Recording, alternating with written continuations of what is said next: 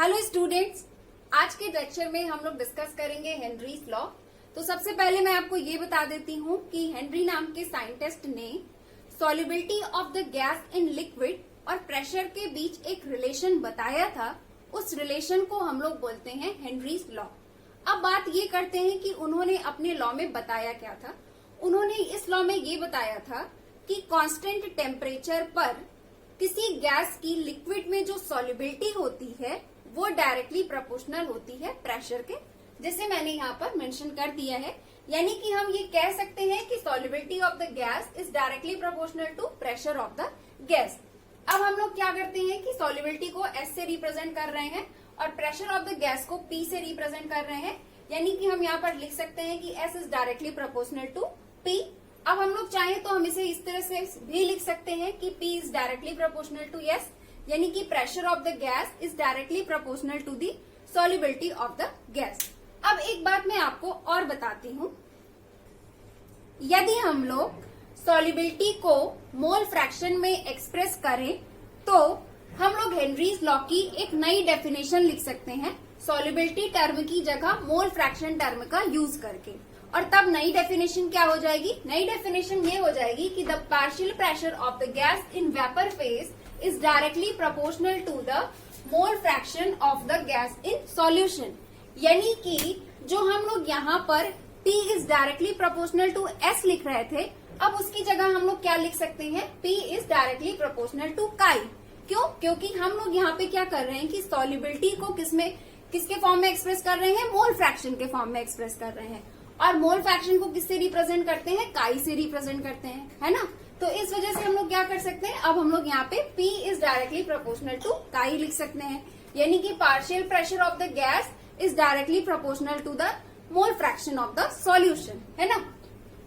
अब यहाँ से प्रोपोर्शनैलिटी साइन हटेगी, है ना। तो उसकी जगह पर जब इक्वल लेंगे, प्रोपोर्शनल साइन हटाएंगे और इक्वल में लिखेंगे तो एक कांस्टेंट आ जाएगा, है ना। यहाँ पे कांस्टेंट आ जाता है KH। ये जो KH होता है इसे हम लोग हेनरीज कांस्टेंट या फिर हेनरीज लॉ कांस्टेंट बोलते हैं।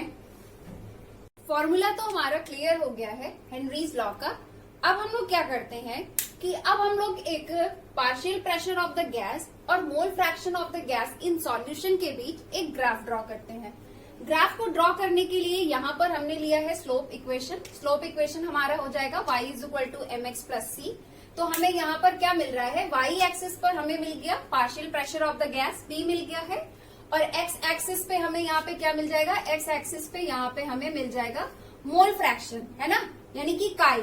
मोल fraction of the gas in solution मिल जाएगा। और यहाँ पे slope is equal to m is equal to क्या हो जाएगा हमारा? KH, है ना। m इज इक्वल टू क्या हो गया हमारा? KH, Henry's law constant. और चूंकि c इंटरसेप्ट, यहाँ पर कुछ वैल्यू तो है नहीं यहाँ पे, है ना। तो इंटरसेप्ट यानी कि c की जगह पे हम लोग का क्या हो जाएगा? इंटरसेप्ट यहाँ पे 0 हो जाएगा, c इज इक्वल टू 0, है ना। तो अब अगर हम लोग यहाँ पर ग्राफ ड्रॉ करें, p और x के बीच पर ग्राफ ड्रॉ करें तो क्या होगा? यहाँ पे c की वैल्यू 0 है, इंटरसेप्ट 0 है, तो हम लोग लाइन यहीं से लेंगे, है ना। इसका ग्राफ हम लोग यहीं से लेंगे। तो इसका ग्राफ जो है हमने यहाँ से लिया और हमें कैसी लाइन मिल रही है? एक लीनियर लाइन मिल रही है, एक लीनियर ग्राफ मिल रहा है ना। तो लीनियर ग्राफ ये जो मिल रहा है इससे क्या एक्सप्रेस हो रहा है? इससे यही पता चल रहा है हमें कि जैसे जैसे प्रेशर बढ़ेगा वैसे वैसे मोल फ्रैक्शन बढ़ेगा। या फिर हम ये भी कह सकते हैं कि जैसे जैसे मोल fraction of the gas in solution बढ़ेगा वैसे वैसे क्या होगा? वैसे वैसे क्या होगा कि गैस का प्रेशर भी सॉल्यूशन में बढ़ेगा, है ना। तो इस तरह से जो हमारा हेनरी लॉ है ये क्लियर हो गया है कि overall solubility of the gas in solution जो होता है वो डायरेक्टली प्रोपोर्शनल होता है प्रेशर ऑफ द गैस के। ये इसका हमें फॉर्मूला भी क्लियर हो गया है और इसका हमें ग्राफ भी क्लियर हो गया है। अब हम लोग बात करेंगे KH से रिलेटेड कुछ पर्टिकुलर पॉइंट्स की जो कि हेनरीज लॉ में हेनरी के द्वारा बताए गए थे। में उन्होंने ये बताया कि डिफरेंट गैसेस के लिए सेम टेम्परेचर पर KH की वैल्यू जो होती है वो डिफरेंट होती है। तो इससे ये निष्कर्ष निकलता है कि जो KH का मान होता है वो एक्चुअल में गैस के नेचर पर डिपेंड करता है। उस चीज को एक्सप्रेस करने के लिए उन्होंने किया क्या कि वाटर को एज ए सॉल्वेंट लिया और उसमें क्या किया कि डिफरेंट गैसेस को डिसॉल्व करा और डिसॉल्व करके लिक्विड सॉल्यूशन का फॉर्मेशन किया। और टेम्परेचर जो है उन्होंने हर बार सेम रखा। और फिर क्या किया कि केएच की वैल्यू को कैलकुलेट किया तो पाया कि हर बार जो है अलग अलग गैसेस के लिए जो वैल्यू आ रही है वो अलग अलग आ रही है। तो इससे क्या पता चलता है, इससे ये पता चलता है कि जब टेम्परेचर सेम था उसके बाद भी केएच की वैल्यू अलग अलग आ रही थी अलग अलग गैसेस के लिए। तो इससे ये साफ साफ पता चलता है कि जो केएच की वैल्यू है वो गैस के नेचर पर डिपेंड करती है। आप यहाँ पर देख सकते हैं कि हाइड्रोजन के लिए केएच की वैल्यू कितनी आ रही है, 69.16 आ रही है। हीलियम के लिए इसकी वैल्यू अलग है, नाइट्रोजन के लिए इसकी वैल्यू अलग है, ऑक्सीजन के लिए इसकी वैल्यू अलग है। जबकि टेम्परेचर उन्होंने क्या लिया है, टेम्परेचर सबके लिए सेम लिया है, सबके लिए टेम्परेचर उन्होंने 293 केल्विन ही लिया है और उसके बाद भी वैल्यूज अलग अलग आ रही है। तो इससे क्या सिद्ध होता है, इससे ये सिद्ध होता है कि जो केएच की वैल्यू होती है वो असल में किस पे डिपेंड करती है, गैस के नेचर पर डिपेंड करती है। अलग अलग गैसेस के लिए केएच की वैल्यू अलग अलग होती है। केएच से रिलेटेड जो उन्होंने दूसरी बात बताई थी वो ये थी कि केएच जो होता है वो असल में इनवर्सली प्रोपोर्शनल होता है solubility of the gas in liquid. अब हम लोग चाहें तो इसे एक्सप्लेन भी कर सकते हैं। इसे इस तरह से एक्सप्लेन करेंगे कि जैसे कि हमें हेनरी लॉ का फॉर्मूला पता है कि P इज इक्वल टू क्या होता है, KH इंटू काई, है ना। अब यहाँ से अगर हम लोग KH के लिए फॉर्मूला निकालें तो क्या हो जाएगा, KH इज इक्वल टू क्या हो जाएगा, P अपॉन काई, है ना। अब इस फॉर्मूले से हमें क्या पता चल रहा है, इस फॉर्मूले से हमें ये पता चल रहा है कि जो KH है वो असल में मोल फ्रैक्शन के क्या है, इनवर्सली प्रोपोर्शनल है ना। और हमें ये पता है कि हम यहाँ पर मोल फ्रैक्शन टर्म किसे एक्सप्रेस करने के लिए यूज कर रहे हैं, solubility of the gas in solution को एक्सप्रेस करने के लिए यूज कर रहे हैं, है ना। तो यहाँ पे हम लोग चाहें तो मोल फ्रैक्शन की जगह क्या लिख सकते हैं, सॉल्युबिलिटी भी लिख सकते हैं। तो वही मैंने यहाँ पर मेंशन किया हुआ है कि KH और यहाँ पे मोल फ्रैक्शन की जगह हमने लिख लिया है सॉल्युबिलिटी। तो इससे क्या क्लियर हो गया, इससे साफ साफ ये क्लियर हो गया है कि KH जो होता है वो solubility of the gas in liquid के इनवर्सली प्रोपोर्शनल होता है। तो पहला पॉइंट उन्होंने क्या बताया था, पहली बात जो KH से रिलेटेड उन्होंने बताई थी वो ये बताई थी कि सेम टेम्परेचर पर KH की वैल्यू डिफरेंट डिफरेंट गैसेस के लिए डिफरेंट डिफरेंट होती है।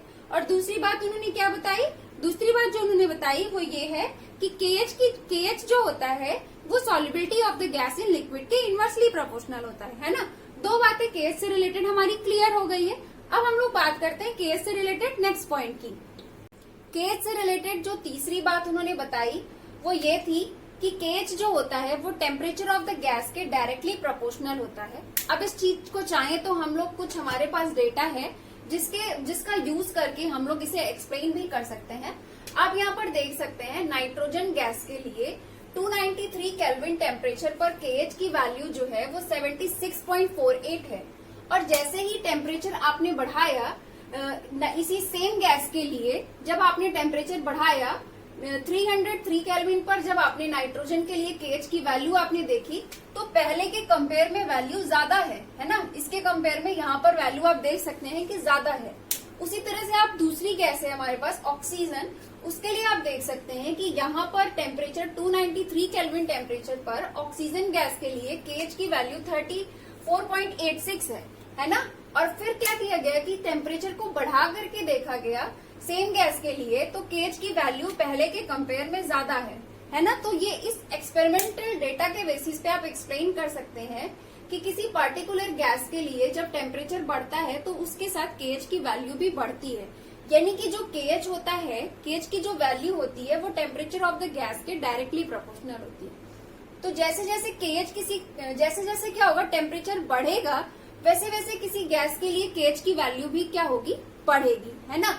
अब देखिए यहाँ पर हमें KH से रिलेटेड तीनों पॉइंट क्लियर हो गया है। अब मैं आपको इससे रिलेटेड एक क्वेश्चन बताती हूँ। क्वेश्चन ये पूछा जाता है कि क्या कारण है कि जो एक्वेटिक स्पीसीज होते हैं उनके लिए कोल्ड वाटर में सरवाइव करना जो होता है वो ज्यादा कंफर्टेबल होता है as compared to warm water. तो उसको आप आंसर इस तरह से कर सकते हैं, आप बोलेंगे कि वी नो दैट कि KH is directly proportional to temperature, है ना। वार्म वाटर की अगर हम लोग बात करें तो जब वाटर वार्म है दैट मीन्स कि वहां पे टेम्परेचर हाई है, और जब टेम्परेचर हाई होगा तो KH वैल्यू जो होगी वो गैस के लिए हाई होगी, है ना। और जब गैस के लिए KH वैल्यू हाई होगी तो हमें पता है कि KH जो होता है वो सॉल्युबिलिटी के इनवर्सली प्रोपोर्शनल होता है। जस्ट अभी हमने सेकंड पॉइंट पे पढ़ा कि KH जो है वो सॉल्युबिलिटी के इनवर्सली प्रोपोर्शनल है ना। तो टेम्परेचर हाई होगा तो KH की वैल्यू हाई होगी, और जब KH की वैल्यू हाई होगी तो सॉल्युबिलिटी क्या होगी, सॉल्युबिलिटी कम होगी, है ना। अब जब सॉल्युबिलिटी कम होगी तो क्या होगा, जो आपका ऑक्सीजन गैस है वो वाटर में कम डिजोल्व होगा, है ना। और जब ऑक्सीजन गैस वाटर में कम डिजोल्व होगा तो ऑब्वियस सी बात है कि जो वहां पे एक्वेटिक स्पीसीज हैं उन्हें कम ऑक्सीजन मिलेगी, ऑक्सीजन की कमी महसूस होगी, वार्म वाटर में ऑक्सीजन की कमी महसूस होगी, तो ऑब्वियस सी बात है कि वो वार्म वाटर में नहीं रहना चाहेंगे, है ना। अब वहीं अगर हम लोग कोल्ड वाटर की बात करें तो वहां पे क्या है, वहां पे टेम्परेचर लो है, टेम्परेचर लो होने की वजह से वहां पे क्या होगा, गैस के लिए KH वैल्यू भी लो होगी, और हमें पता है कि जब KH वैल्यू लो होगी तो गैस की सॉल्युबिलिटी जो है वहां पे क्या होगी, हाई होगी, है ना। अब वहां पे क्या होगा, कोल्ड वाटर में क्या होगा, ज्यादा मात्रा में ऑक्सीजन डिजोल्व होगी, है ना। तो वहां पे जो एक्वेटिक स्पीसीज है तो वहां पे उन्हें तो ज्यादा ऑक्सीजन मिलेगी, है ना। अब जब वहां पे उन्हें मोर ऑक्सीजन मिल रही है, कोल्ड वाटर में उन्हें मोर ऑक्सीजन मिल रही है, उनके लिए रेस्पिरेशन करना इजी है, तो ऑब्वियस सी बात है कि उनके लिए कोल्ड वाटर में रहना जो है वो ज्यादा कंफर्टेबल होगा, है ना। तो इस तरह से हमारा ये क्वेश्चन का आंसर भी इन सारे पॉइंट्स का यूज करके, जो अभी हम लोगों ने 3 पॉइंट्स पढ़े उसका यूज करके क्लियर हो गया है। यहाँ पे हमारा हेनरी लॉ जो है वो कंप्लीट हो गया है। अब हम लोग मिलेंगे नेक्स्ट लेक्चर में और बात करेंगे हेनरीज लॉ के एप्लीकेशन एंड लिमिटेशन की। तो मिलते हैं नेक्स्ट लेक्चर में। Have a nice day, thank you so much.